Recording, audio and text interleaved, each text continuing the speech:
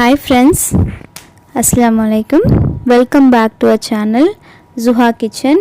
இன்றைக்கி நம்ம கிச்சனில் ஒரு கோவிட் டைமில் எப்படி ஒரு ஆப்டான ஒரு ரசம் காய்ச்சணுமோ அந்த மாதிரி ஒரு ஸ்நாக்ஸ் ரெசிப்பியாக சூப்பராக ரோட் சைடில் கிடைக்கக்கூடிய அந்த பானிபூரி ரசப்பூரி ஸ்நாக்ஸை தான் நம்ம இந்த வீடியோவில் ப்ரிப்பேர் பண்ண போகிறோம்.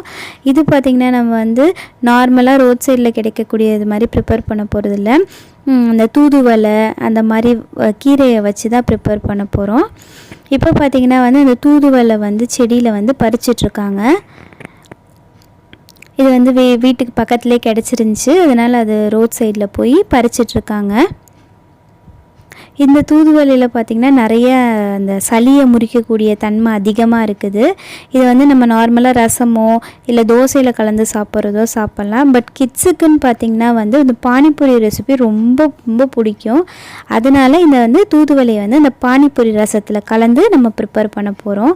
இப்போ இதெல்லாமே க்ளீன் பண்ணி நல்லா வாஷ் பண்ணியாச்சு.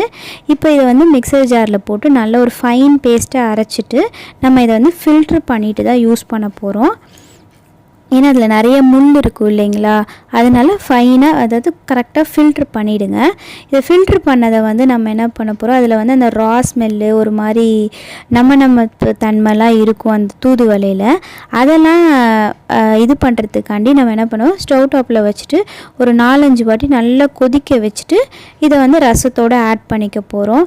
எந்த ஒரு டிஃப்ரெண்ட்டும் ஒரு பச்சை ஸ்மெல்லு அதெல்லாமே இருக்காது நம்ம ப்ரிப்பேர் பண்ண போகிற ரசத்துலேயும் பார்த்திங்கன்னா அந்த இம்யூன் பவர் அதிகரிக்கிறதுக்கூடிய அந்த மிளகு சீரகம் அதை தான் யூஸ் பண்ணி செய்ய போகிறோம்.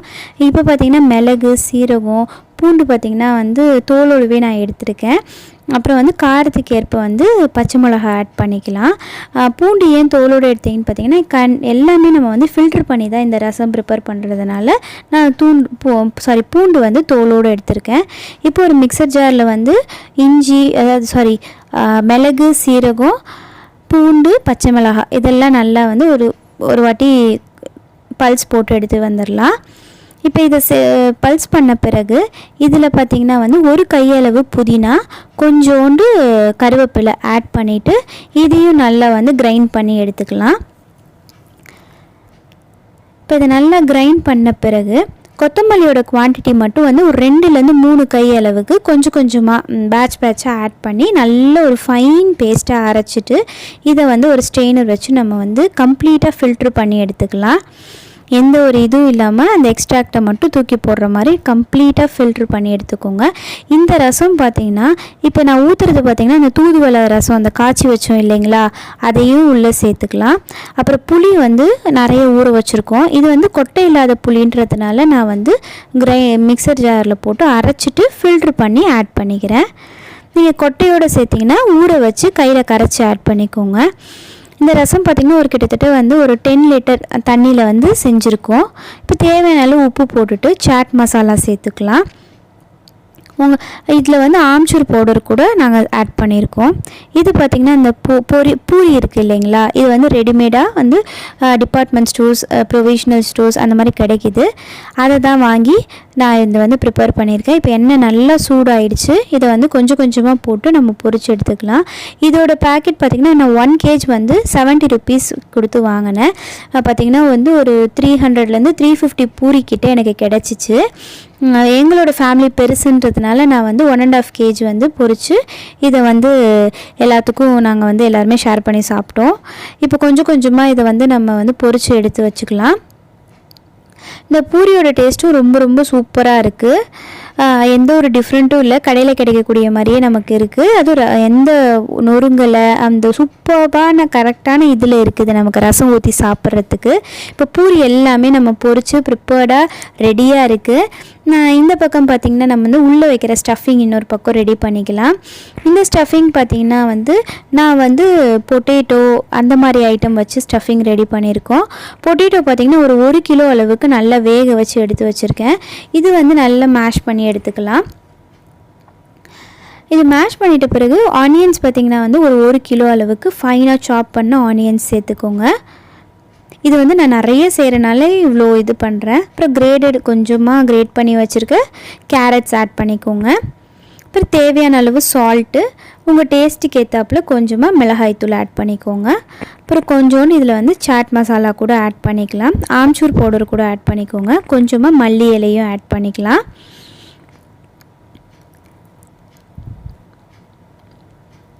இதில் வந்து ஆம்ச்சூர் பவுடர் அப்படி இல்லாட்டி நீங்கள் லைட்டாக சீரகத்தூள் கூட ஆட் பண்ணிக்கோங்க. இப்போ இது நல்லா கலந்து விட்டுடுங்க ஒரு கரண்டி வச்சு. இது பார்த்திங்கன்னா வந்து நம்ம வந்து சுண்டல் பட்டாணி அந்த மாதிரி எடுப்போம் இல்லைங்களா. இது பார்த்திங்கன்னா நான் என்ன எடுத்திருக்கேன்னு கேட்டிங்கன்னா சுண்டல் கருப்பு சுண்டல் இருக்குது இல்லைங்களா, அதை நல்லா வேக வச்சுட்டு இதில் ஆட் பண்ணியிருக்கேன். பட் இதில் நிறைய ப்ரோட்டீன்ஸ் இருக்குன்றனால குழந்தைங்க வந்து குழம்பாவோ மற்றபடியாவோ செஞ்சு கொடுத்தா சாப்பிடுவாங்களான்னு தெரியல. அதனால் இந்த மாதிரி பானிபூரியில் நம்ம மிங்கிள் பண்ணி கொடுக்கையில் வந்து ரொம்ப கஷ்டம் கொடுக்காம அழகாக சாப்பிட்டுட்டு எழுந்திரிச்சிருவாங்க. இப்போ வந்து எல்லாம் ரெடி ஆகிடுச்சு. நாங்கள் டெரஸ்க்கு எடுத்துகிட்டு போயிட்டோம். எல்லாத்தையுமே எல்லாம் ரெடி பண்ணி மாடிக்கு எடுத்துகிட்டு வந்தாச்சு. இப்போ பானிபூரி இதில் பார்த்திங்கன்னா வந்து பசங்க எல்லாம் வந்து பானிபூரி சேலஞ்சுக்காக ரெடி ஆகிட்டு இருக்காங்க. இதில் வந்து ஒரு பிளேட்டுக்கு வந்து 3 பசங்க இந்த சேலஞ்சில் இருக்காங்க. மாமா பசங்க, பெரிய பெரிய பசங்க கொஞ்சம். இவங்க பார்த்திங்கன்னா வந்து ஒரு பிளேட்டுக்கு கிட்டத்தட்ட வந்து ஒரு 30 பூரி கிட்ட வச்சிடலாம் அப்படின்னு சொல்லிட்டு ஒரு பெரிய டம்ளரில் வந்து ரசம் ப்ரிப்பேர் பண்ணி ஊற்றி கொடுத்துடலாம் அப்படின்னு சொல்லிட்டு ஒரு பிளேட்லேயே வந்து 30 பூரி வந்து நம்ம உடச்சி உள்ள ஸ்டஃபிங் வச்சு ரெடி பண்ணிகிட்டு இருக்கோம். பூரியோட ஷேப் பார்த்திங்கன்னா வீடியோவில் பார்த்திங்கன்னா தெரியுமே, ரொம்ப ரொம்ப அழகாக இருக்குது. எந்த ஒரு பிசுறு இல்லாமல் ரொம்ப சூப்பராக பொரிஞ்சு அழகாக கிடச்சிருக்கு நமக்கு பூரி. ஸ்டஃபிங்கோட டேஸ்ட்டும் ரொம்ப சூப்பராக எம்மையாக இருந்துச்சு. ரொம்ப ரொம்ப பசங்க என்ஜாய் பண்ணாங்க. இப்போ நம்ம இந்த ஸ்டஃபிங்கை வந்து கொஞ்சம் கொஞ்சமாக உள்ளே ஆட் பண்ணி வச்சிடலாம். கிட்டத்தட்ட பார்த்திங்கன்னா ஒரு பிளேட் கம்ப்ளீட் ஆகிடுச்சு. இப்போ இன்னும் 2 பிளேட்டை வந்து 30 ஃபில் பண்ண வேண்டியது இருக்குது. இதில் பசங்க ரொம்ப ஈகராக வெயிட் பண்ணிகிட்டு இருந்தாங்க பானிபூரி சேலஞ்சில் கலந்துக்கிறதுக்கு. இங்கே பார்த்திங்கன்னா ஜுஹா ரொம்ப குவைட்டாக காமாக உட்காந்துருக்கா. அவளுக்கு தூக்கம் வந்துடுச்சு. தூங்காதனால வந்து குளிக்க வச்சுட்டு சேரில் உட்காந்துருந்தா. இப்போ ரசம் நம்ம ப்ரிப்பேர் பண்ணி வச்சுருந்தோம், அதில் வந்து காரா பூந்தி கொஞ்சமாக ஆட் பண்ணி கலந்து விட்டுடலாம்.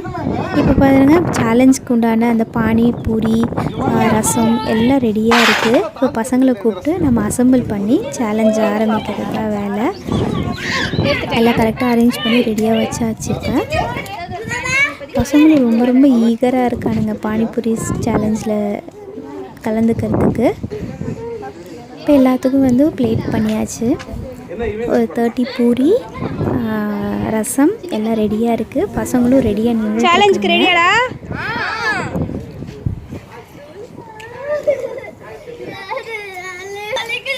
Okay ready. எல்லாமே பார்த்தீங்கன்னா வந்து எவ்வளோ நேரம் சேலஞ்ச் தான்.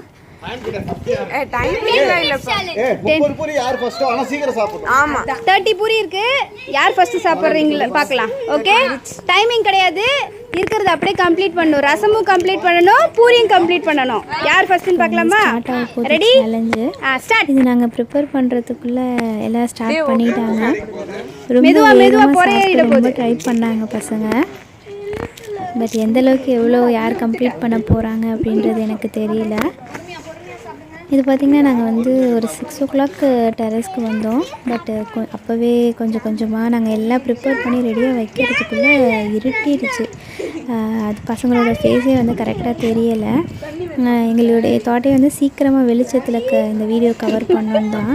பட்டு வந்து எல்லாமே லேட் ஆகிட்டனால வந்து எதுவுமே வந்து சீக்கிரமாக அமையலை. எல்லாமே பிளாக்காக இருட்டாகிடுச்சு. பசங்க வந்து ஈகராக கடகடன்னு சாப்பிட்டுட்ருக்காங்க. ஜுஹா பார்த்திங்கன்னா ரொம்ப தூக்கம் வந்தனால ரொம்ப அமைதியாக இருக்கா. தூக்கம் இல்லாட்டி என்ன பண்ணியிருப்பா, எல்லாம் இது பண்ணியிருப்பா. எல்லாம் கடகடன்னு சாப்பிட்றாங்க.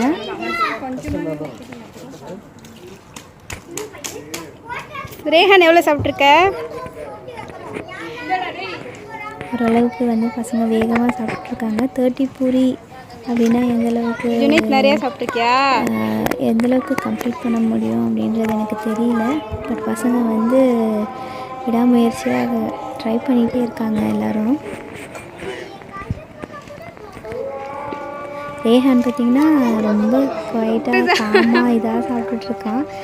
வின் பண்ண மாட்டோன்னு நினச்சாலான்னு தெரில. பட் ரொம்ப டேஸ்ட் பண்ணி சாப்பிட்டுட்ருக்கான் ரேஹானு. அப்துல்லும் ஜுனைத்தும் பார்த்திங்கன்னா வந்து வேகமாக சாப்பிட்றாங்க. பட் அவங்கனால முடியல, ரொம்ப கஷ்டப்படுறானுங்க. இருந்தாலும் வந்து அந்த வின் பண்ணுன்ற ஒரு ஆர்வத்தில் வந்து வேக வேகமாக சாப்பிட்றாங்க. ஜுஹாக்கு தூக்கம் வந்துட்டனால அமைதியாக உட்காந்துருக்கா. என்னடா தூக்கம் வருதா? உன்னை யாரும் கண்டுக்கலையா? ஏன்னா இப்படி கோச்சுக்கு உட்காந்துருக்க மாதிரி உட்காந்து பாதிதான் இருக்கு.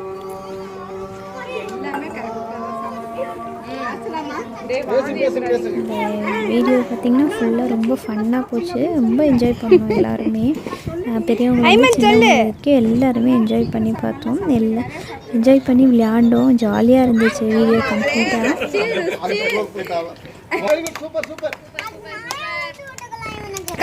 பசங்க எல்லாம் குட்டி பசங்க எல்லாருமே என்கரேஜ் பண்ணுறாங்க இவங்களை.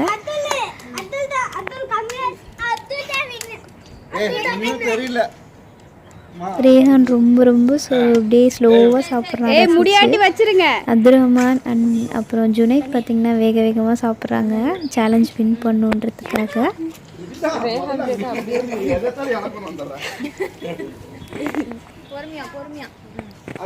ஓரளவுக்கு பசங்க வந்து நெருக்கி சாப்பிட்டுட்டு இருக்காங்க எல்லாருமே. ரொம்ப டஃப்பாக இருந்துச்சு, பார்க்குற அளவுக்கு ரொம்ப கஷ்டமாக இருந்துச்சு. பசங்க எப்படி சாப்பிட்டாங்க அப்படின்றது தெரியல. நம்ம நார்மலாக சாப்பிட்றது போட்டிக்கு வேக வேகமாக சாப்பிட்றது வந்து ரொம்ப டஃப்பான விஷயம். பசங்க வந்து அதெல்லாம் இது பண்ணாமல் ரொம்ப அழகாக சூப்பராக என்ஜாய் பண்ணாங்க வீடியோவை. அவங்களோட ஒரே தாட் வந்து சேலஞ்சை வின் பண்ணணும் அப்படின்றது மட்டும்தான் தவிர கஷ்டம் அப்படின்றதுலாம் வந்து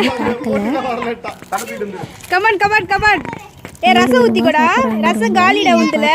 தெரியும் அப்துல்கிட்ட வந்து ரசம் கம்ப்ளீட் ஆயிடுச்சு. கேட்குறான்.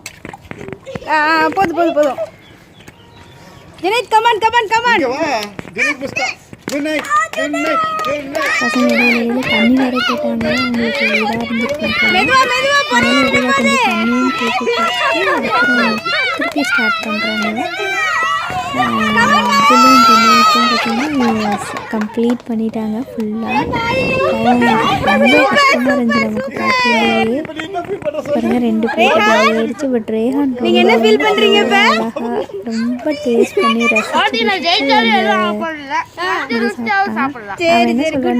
சாப்பிட்டுட்டே இருக்காங்க. சேலஞ்சு வின் பண்ண போறது இல்லை, ஆனால் வந்து பானிபூரியாவே ரசிச்சு சாப்பிடலாம் அப்படின்னு நான் சாப்பிட்டேன் அப்படின்னு சொல்லிட்டு இருக்காங்க.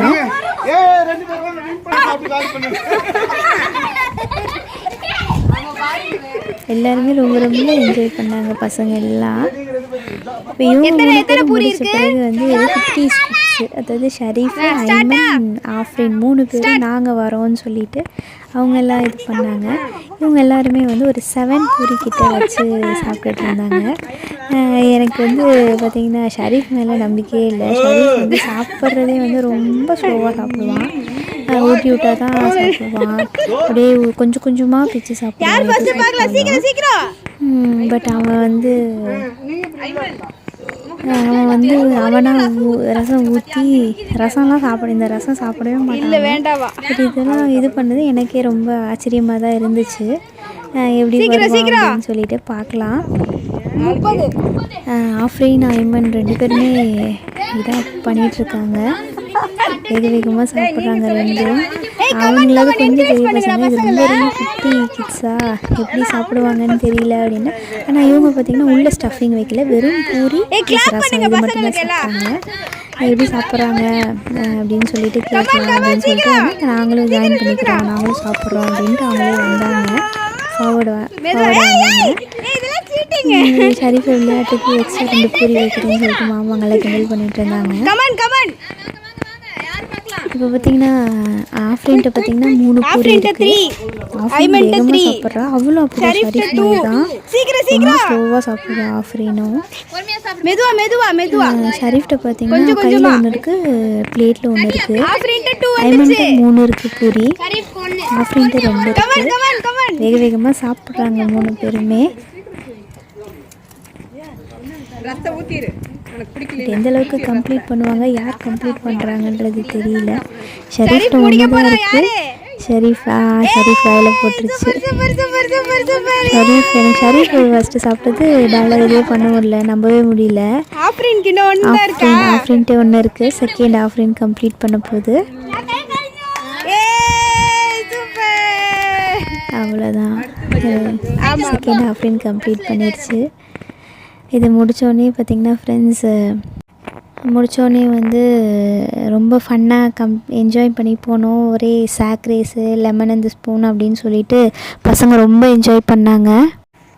நிறைய குட்டி குட்டி கேம்ஸ்லாம் வச்சு ரொம்ப ஃபன்னாக போச்சு இந்த டே ஃபுல்லாக. ரொம்ப எல்லா பசங்களும் என்ஜாய் பண்ணாங்க. நீங்கள் வீடியோ பார்க்குற நீங்களும் என்ஜாய் பண்ணுறீங்கன்னு நான் நம்புகிறேன்.